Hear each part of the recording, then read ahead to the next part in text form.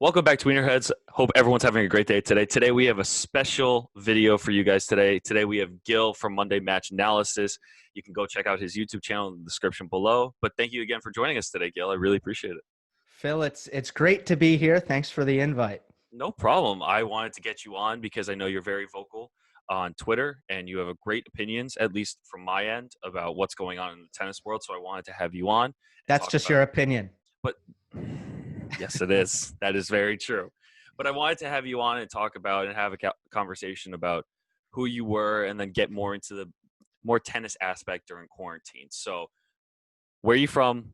How'd you start it? What's your goal?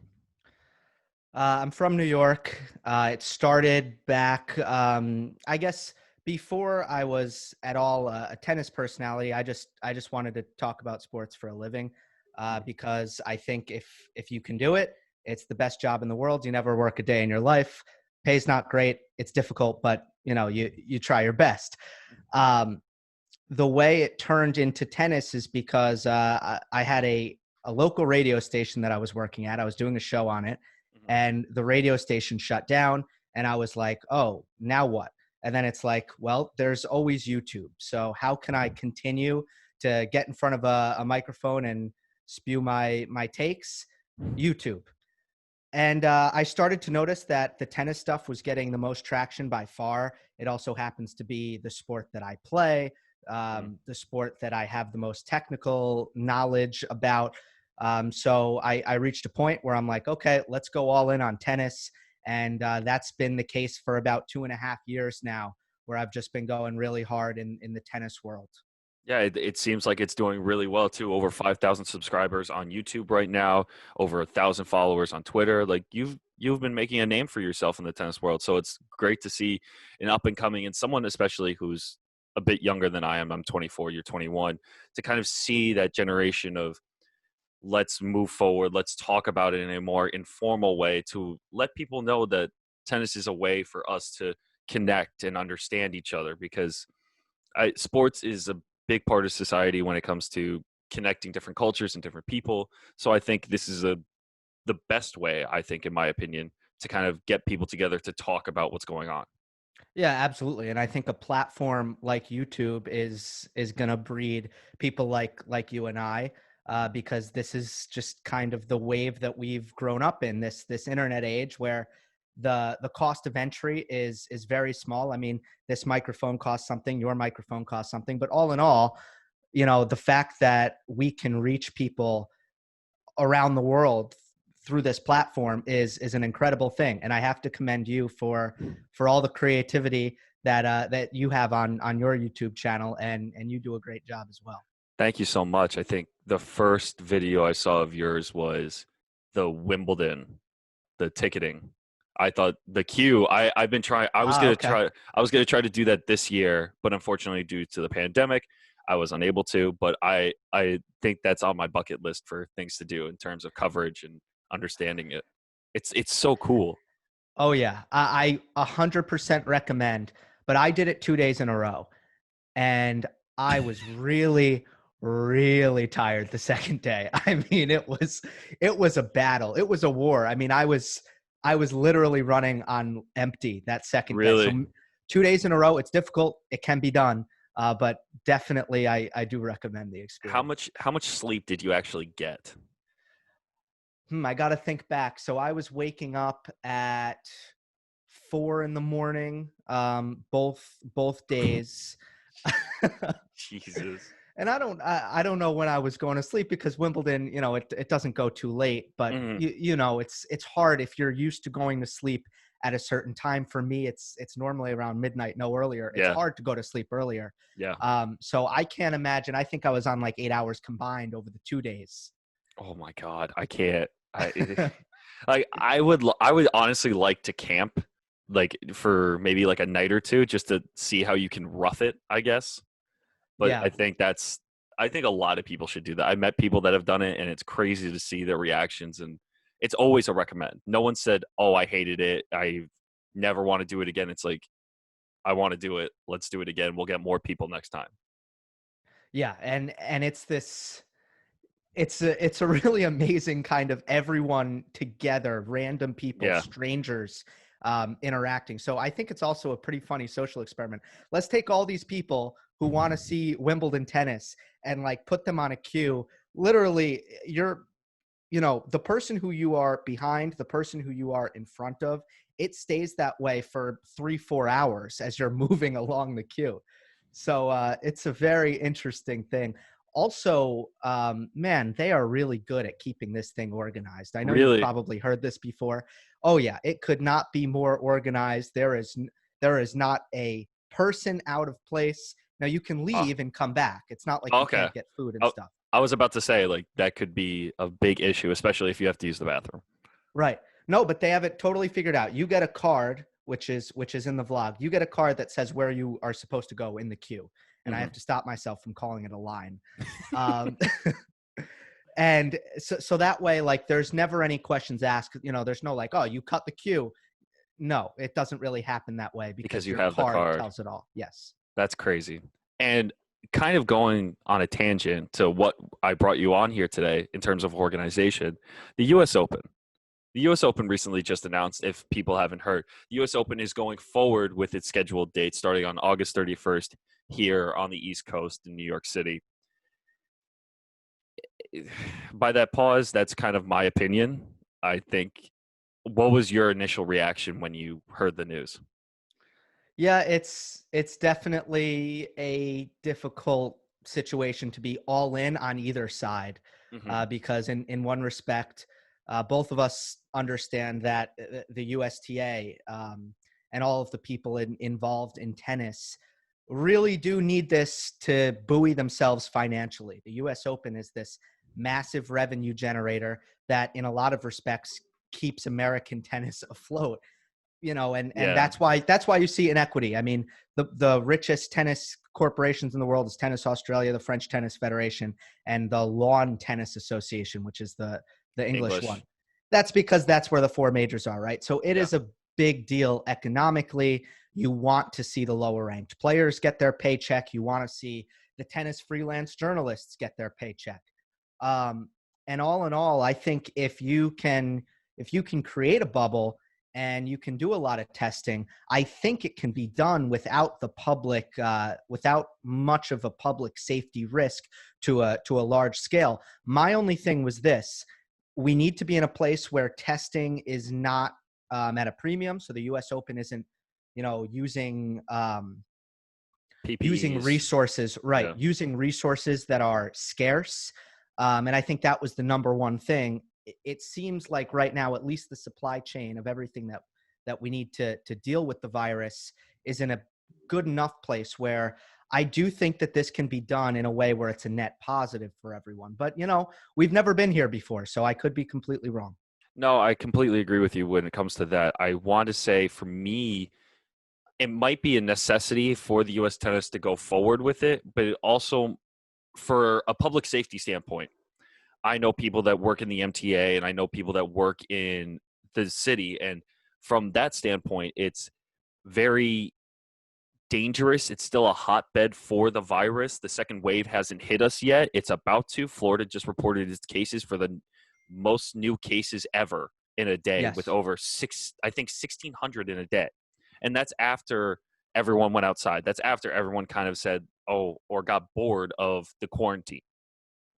So from a safety standpoint, I think it's very dangerous just to, especially after they let go 110 people from the USTA to kind of, from what I've heard, is to help go forward in paying people that are going to be helping out with the US Open.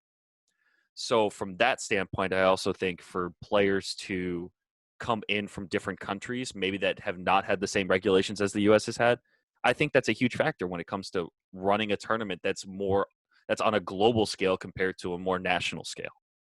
Yeah, I think you're right. There was a funny headline in the Onion, which, for those who don't know, is a completely satirical news source that said, New York begins phase 4 of pretending the virus is over. Yeah. And it's true. Nothing's really changed here. Hmm. Um, and I do wonder if other sports are also influencing my feelings that my feelings on the U.S. Open, right? Because, as the NHL plans a restart and the NBA plans a restart and the UFC has been back and the PGA, golf, professional golf has been back. That's where I'm like, well, I don't really want to see tennis left in the dust.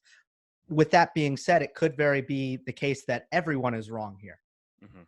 I think I don't know if you watched. There was a special on yesterday on ESPN with all the commissioners that they brought in to talk about their progress and what they're looking to move forward to do during this pandemic. Tennis was left out of there, and that can be very frustrating. But I can also see why it was left out of there because it's one of those sports that's more on the global scale than the national scale. But if we're going to have a tournament that involves countries that have been affected by the coronavirus, which is basically the entire world at this point, especially one like Serbia, the Adria Tour, with them doing all of these things where it doesn't seem like coronavirus even existed from the first point, it it seems to me that they're trying to push for it and they're trying to create that bubble with Cincinnati tennis, with DC, that they're trying to bring into New York to create that bubble like they've been doing with the NBA. And MLB is probably out of there by now, but the NHL, they have hub cities. They Mm-hmm. have hub cities to put all these players. But for tennis players, I think it's a very different idea and it's a very different strategy that they have to enforce when it comes to playing such a global event. Yeah, the international travel is definitely the thing that you pinpoint and you say, well, this is where tennis is at a disadvantage. For Mhm, example, if you look at the UFC and they were really the first major sport to come back, mhm, they could support their sport domestically. If you looked at those fight cards, everyone on those fight cards live in the United States, and obviously for tennis, that can't be done. The other thing is for the smaller tournaments, it's financially not feasible to hold events without fans. That changes with the U.S. Open and $80 million from ESPN. Um, so yeah, tennis is uniquely challenged. And then on the other hand, you can play tennis. Phil, I don't know if you've gotten back on the court. You can play tennis and social distance mhm, at the same time. The sport actually allows for that for the mhm. most part. And governments in phase one in New York said, yeah, you can play singles tennis. So tennis is in an interesting place. It's advantaged in certain ways, but it's disadvantaged in a big way with the international nature. 100%. And I did, yesterday was the first time I went back onto a court and I was playing with someone that I haven't seen in a really long time. So Mhm. we were sharing the same balls. We weren't wearing gloves. And I'll admit to that, that probably wasn't the smartest of choice, but I made sure I was washing my hands, keeping my distance, things within that nature. And you're right. It is the number one safest, I would say, sport to play right now, which is great. And I think that's one of the advantages we have. But the problem is, how much of that can we use moving forward? And with all the ball kids, with all the umpires, there's a Right. lot more people that will go into the tournament that are sacrificing their own lives, not just players, but people that have to work for the tournament. No, I respect the worldview. Basically, I think to take a step back and it's I think especially hard for people like you and I who cover the sport and are covering the events of the sport coming back, to take a step back, to look at the world and to think about what's worth it and what's not. I respect that. It's very difficult. Um, for all for there's a million angles here.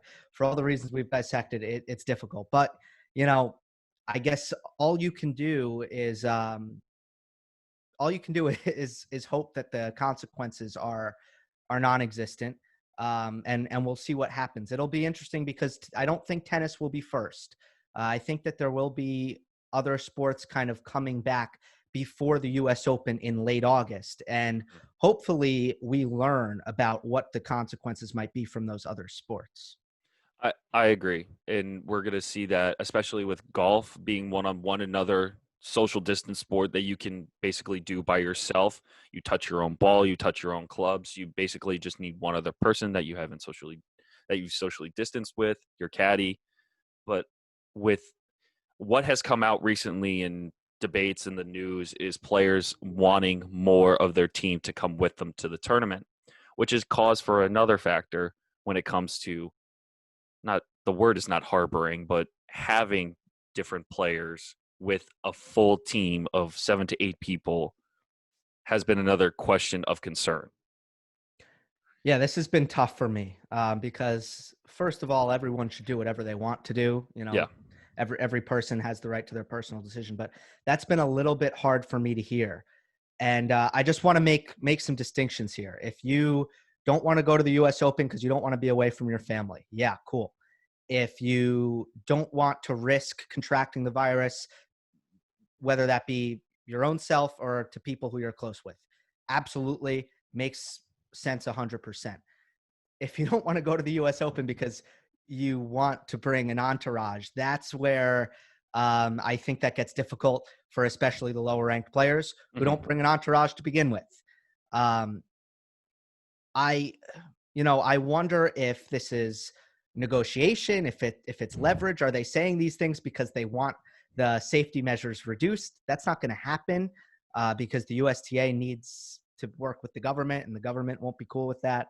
Um, so that one's tough for me. I don't know. How do you receive that? The word I hear a lot, and the word I would use in this situation is selfish.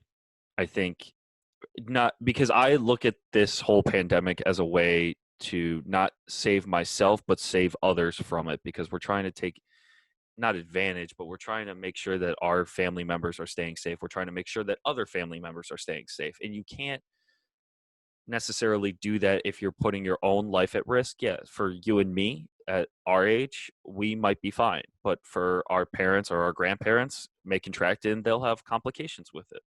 So Right. from I think it's more selfish endeavors when it comes to that. And I remember listening to BTR podcast with Noah and the rant that he went on. And I think from what he said is that call that they all had, that Zoom call, it went from Wawrinka to people in the 4 or 500s. For the higher ranked players to say without players you're not a tournament, and then to selfishly say I want to bring 5 to 6 people to a tournament, but they can't because they can't afford it, or they can't because they just don't have it. I think that's very selfish of them to say, okay, because we are not necessarily more important, but they're looking after themselves to keep it normal, I would say, keep their routine.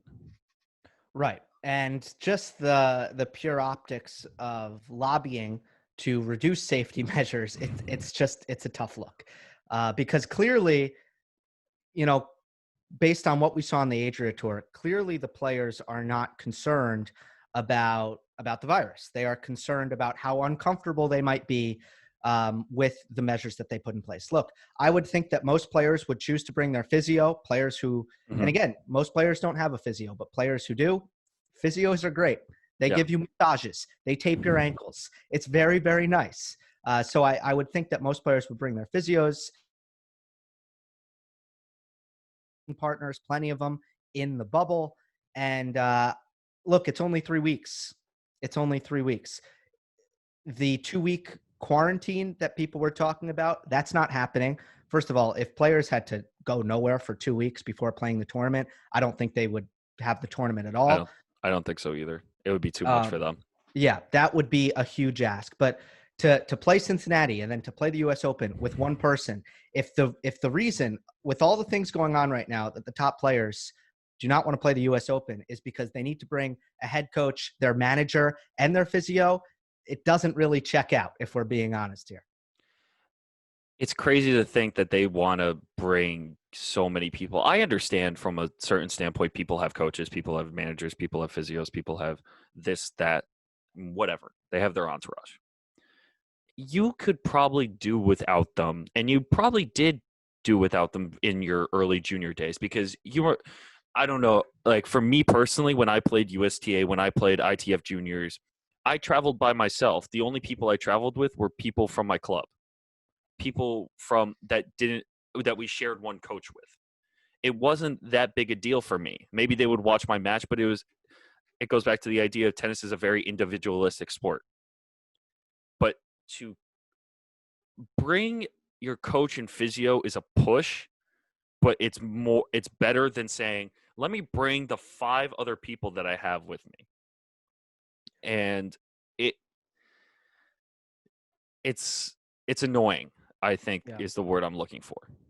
Well, you're in the 99%. I mean, Mhm. and then the same thing for for no crowd. And look, I don't want to.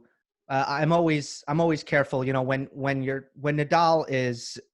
I don't think that Nadal always, when he's speaking in English, I think sometimes, and he would say this himself, sometimes he doesn't use the right word Mhm. that he would really use if he was speaking his native Spanish.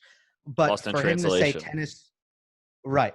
But for him to say tennis loses almost everything without the crowd, I don't think, he doesn't mean anything bad by saying that. But how how was the crowd when you played your ITFs? I mean, That's what I mean. And especially for those that play challengers in ITFs like 25Ks, 50Ks, 100Ks. Like you're and the challenger level, some of those places don't even have fans. And you're telling me that tennis has to rely on its fans? It, for that to be said for a higher up player that has grown up in a limelight that others haven't. Like Nadal has been special since he was 7, 8 years old. So for him, it might be different than a guy that has had to work his way, that has come out of nowhere to play and go into the limelight versus Rafa that has always had a crowd, that has always had people in his box, that have always had people supporting him. Other players have not had that opportunity.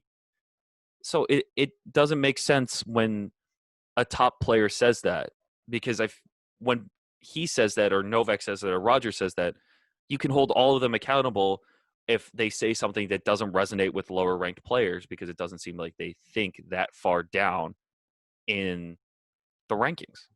yeah, it's a bit out of touch. I would agree with you there. I think that if Nadal said, "Look, I don't think that my body can handle back-to-back majors, hard court to clay, Mm-hmm. over the course of 4 weeks," that would make a lot of sense. And he didn't say, "Look," he said he'd play without a crowd. I want to be really clear, but I think that all of them should be careful. Djokovic, Nadal, Federer, all of them should be careful about categorizing what is most important in tennis if these are privileges that are only afforded to top 20, top 30 players. And sticking around that theme of the top three, the idea that the U.S. Open might not have these players if it goes through. I know Simona, as of today, Simona Halep said that she's staying in Europe. She's not playing the U.S. Open. I know most players in Europe will most likely stay within that region to play the French if there's going to be a major happening this year. Mostly it's going to be Americans and South Americans, I think, are still on a travel ban. To have that opportunity for basically just Canada and North America and maybe some Europeans. How do Mm-hmm. you, from a marketing standpoint, this is where I'm going with this, from a marketing standpoint, for a tournament to not have any of the big names play, how do you market a tournament with no fans, no top guys that you rely on to market? How do you sell it from an advertiser standpoint to ESPN, to Tennis Channel, to Eurosport, to Amazon, to Wow Wow? You got to take it for what it is. You got to roll with it. And first of all, I don't know that I don't know that tournaments are marketed that well to begin with. Um, I'll agree but with you there. yeah, if you have a very weakened, a very watered down field, it just stays with the theme that nothing is 100% right now, that everyone is making sacrifices right now.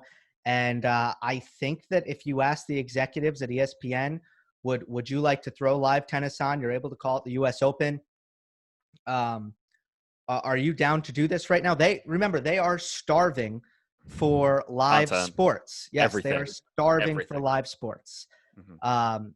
I think they take it. And if they take it, the USTA takes it. And you know what? The fans will take it also. If fans are starving for tennis, I think a good portion of them will watch. Will the ratings be down? Yes. Again, nothing's 100% right now. And I think we got to accept that. It's a big asterisk field when it comes to not just 2020 itself, but every sport and every live entertainment that it has, because you have to look at it for what it is and you have to take it for what it is. And this year has been weird. It's been terrible. There's so many adjectives you can use to describe this year. But when it comes to playing and entertaining people, we've been trying to do a good job. Tennis has been doing the Ultimate Tennis Showdown, the Adria Tour, the European Championships with all the Czech women. I found that really entertaining because Czech has so many great players, which I completely forgot about, by the way. But it seems like, and all the exhibitions that ESPN3 has been having. So they've been trying to find new ways to entertain tennis fans, but no casual tennis fan will watch an exhibition like you and I would. Right. And again, I think that's something, we're always reaching, I think the sport, and we see this with UTS, we're always reaching for the casual fan. Yeah. But the casual fan is not what is going to ultimately support tennis. What's ultimately going to support tennis, and I'm not saying that we shouldn't strive to lift the sport to new heights, but what will ultimately support tennis is people like you and I who talk about what tension we're stringing our rackets at and crazy stuff like that most people do not care about. And it will continue to be the case that the most texts I get on my phone is the Wimbledon final. And people will text me who never watch tennis that they're watching the Wimbledon final in tennis. That's just going to be how it is. And those people are not why tennis is big. It is more about people who watch our YouTube channels, because I don't think casual people watch our YouTube channels. It is more like people who you and I who keep this sport alive. I agree. And I wanted to touch on one of the videos you just made about UTS. When Patrick Mouratoglou talked about the average age of a tennis fan. Can you go back and, for my viewers especially that haven't seen your video, the average age for a tennis fan is 50 plus? Is that correct? Well, according to Nielsen ratings, Mm-hmm. the average viewer of ATP tennis is 61 years old. And Patrick Mouratoglou used that. He said 10 years ago it was 51, now it's 61. That in itself is an error. 20 years ago it was 51, and now it's 61. But WTA tennis is actually the only sport that got younger. It went from Really? it went from, I don't have the numbers in front of me, but older than now it's 53. So WTA tennis, it has a younger demographic on average, but it actually went down. The average age went down. Awesome. And every other sport went up. Every Okay. single other sport, including ATP tennis. So if that is the data that you're grasping onto to make an argument that tennis has an aging viewership problem, Yeah. you are standing on a very weak set of data. It's just interesting to see, but for me, for like casual fans, well, not me, but people in general who watch just Grand Slams, that's when it comes on ESPN. No one goes to Tennis Channel who's a casual fan to find tennis. They wait for it to be on ESPN. Mm-hmm. Those casual fans need to be attracted more towards the sport with smaller tournaments. And I know ESPN does the US Open series and Atlanta, Newport, all these now. But it's not attracting those that are 18, 19, maybe 15 when they first start playing tennis, because they only have 3 to 4 people that they always go to for marketing purposes. Mm-hmm. To me, the number one thing that tennis is going to need to grow is a star player. And I just don't think you can, a star American player, that is, in the United States, right? That's where American tennis will grow, is with stars. And if it's not going to be an American player, it doesn't actually need to be an American. Like we've seen, I hate to go to MMA again, but we've seen Conor McGregor. He's an Irish guy. No, it's true. He brought MMA to new heights. Yeah. And that's not just in Ireland. That's in the United States. He brought MMA to new heights. Mm-hmm. But tennis, it's going to be a star-driven sport. It's an individual sport. Golf is that way. I mean, Tiger Woods is bigger than golf. and any one-on-one sport is going to be that way.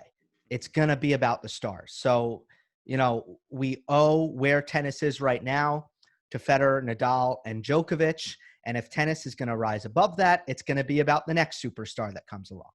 Who do you think that next superstar is going to be? I know it's going to be Coco Gauff for the American women. For the Yep. men, it seems like it's going to be very, not dry, but it's going to be difficult, at least from the ATP side, to find someone to market like that because no one else has won a Grand Slam besides the big Mm-hmm. three for the last 3 years, 4 years. I might be wrong Yep. about that, but it's 2014 Chilich. exactly.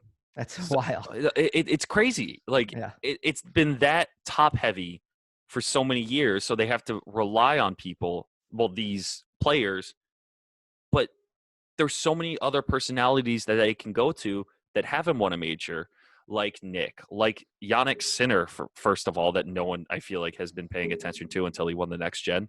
It's these players that they need to market more of in a different way than the traditional way of winning championships. Well, credit to the ATP. The whole next gen campaign, that was a Yeah. marketing campaign that's worked wonders because now it's in our vernacular where we refer to these guys as next geners. So props to the ATP there. I absolutely agree with you that the women's side looks better than the men's side. Naomi Osaka is a star. Coco Gauff is a star. You almost just need to trust the system that Really. it'll recycle itself rather. And the next star will come along. I don't know if it's Yannick Sinner because, I love his game, but I don't know if he's a personality. And I think Tsitsipas. I'll give you that. I think Tsitsipas and Zverev, I think they're personalities, but they haven't done the winning necessary to really become superstars. I don't know who it's going to be, but I do think that it's always someone, and you just see that it just recycles itself. Mm-hmm. It's tough to see. Like for the women, it's very competitive amongst each other, and we've seen that recently after Serena's, I wouldn't say decline, but after she stopped winning her majors, you saw the rise of many other players, and you saw the fight for the top spot, and it was inconsistent for many years because so many people were fighting for that. For the men, we haven't been able to find that next player because we thought it was Zverev. Now we think it's Tsitsipas. Like, because they start winning and then all of a sudden it goes downhill, it seems like, because of the amount of pressure. Because Zverev, we saw win the finals, like that whole 2017 run was unbelievable. And then it just poof. Zverev's a special case because I think you could argue that it went a bit downhill, but I don't know if I would describe it that way. I would say they hit the wall. They hit the wall, which is these top guys. And at the end of the day, none of these players are as complete as Federer, Djokovic, and Nadal. They just still aren't. And it's amazing. We have Michael Jordan and LeBron James and Kobe Bryant playing in the same era. This is just what's happening here. I will say this, we have a couple years here where I think men's tennis can reach new mainstream heights with the major title race. I think that's going to be something that Sports Illustrated, don't get me started on their decline, but I would say Sports Illustrated cover worthy stuff. Yes. Is on the horizon as this Grand Slam title race heats up. So I think that's the immediate future for the men's game. Who's the next star? Maybe he's 12 years old right now. So the fact that we don't know him doesn't really alarm me. Yeah. I like that analogy of the Sports Illustrated cover star, because who's who when it comes to sports has always been on a cover of that, no matter what the sport is. And when it comes to marketing different players, we haven't seen a complete marketable champion like we've seen with Rafa, Roger, and Novak, and Murray, I would say, for that matter, especially in the UK, because he's been always in the part of the conversation of his tenacity, and I think he gets left out of the conversation because of his injuries.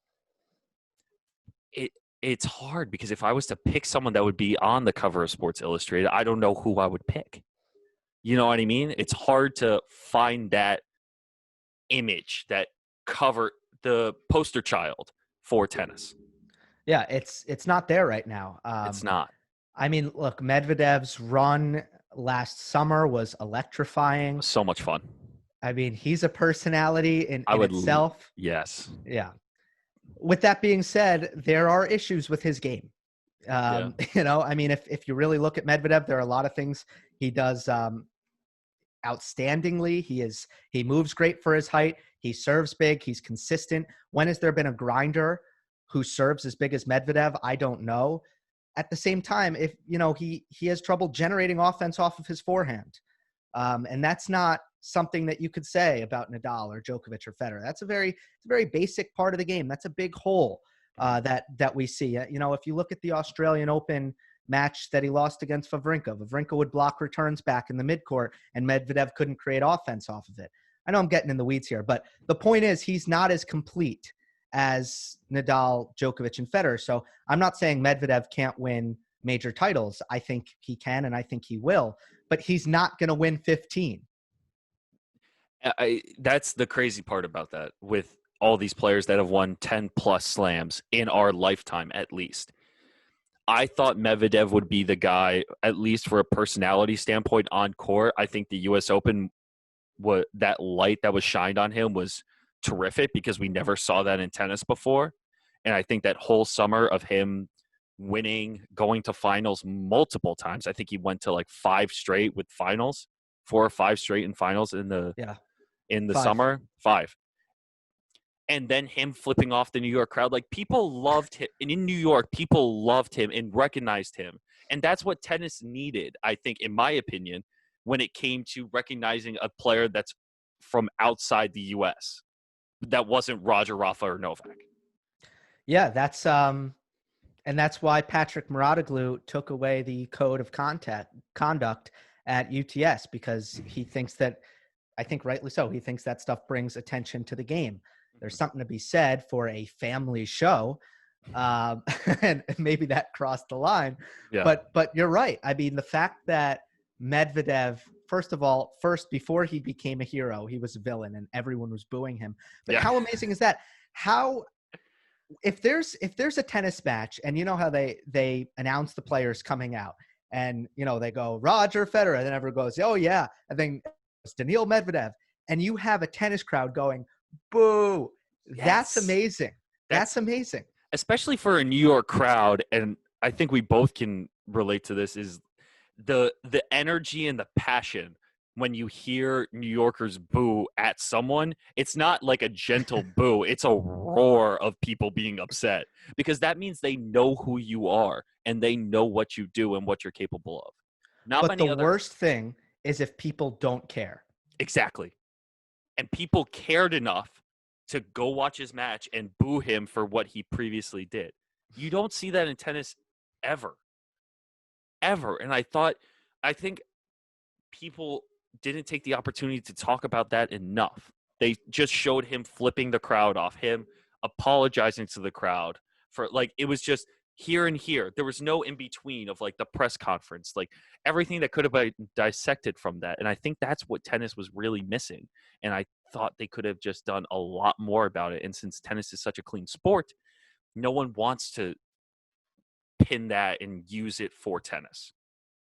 Yeah, I agree. And you even had some memeable event. I mean, like something like meme culture is really big in other sports. Yeah. You don't really have that much in tennis because there's not a lot to grasp on. But when Medvedev, a couple things I remember from the tournament, Medvedev, after winning the match, he starts swimming, right?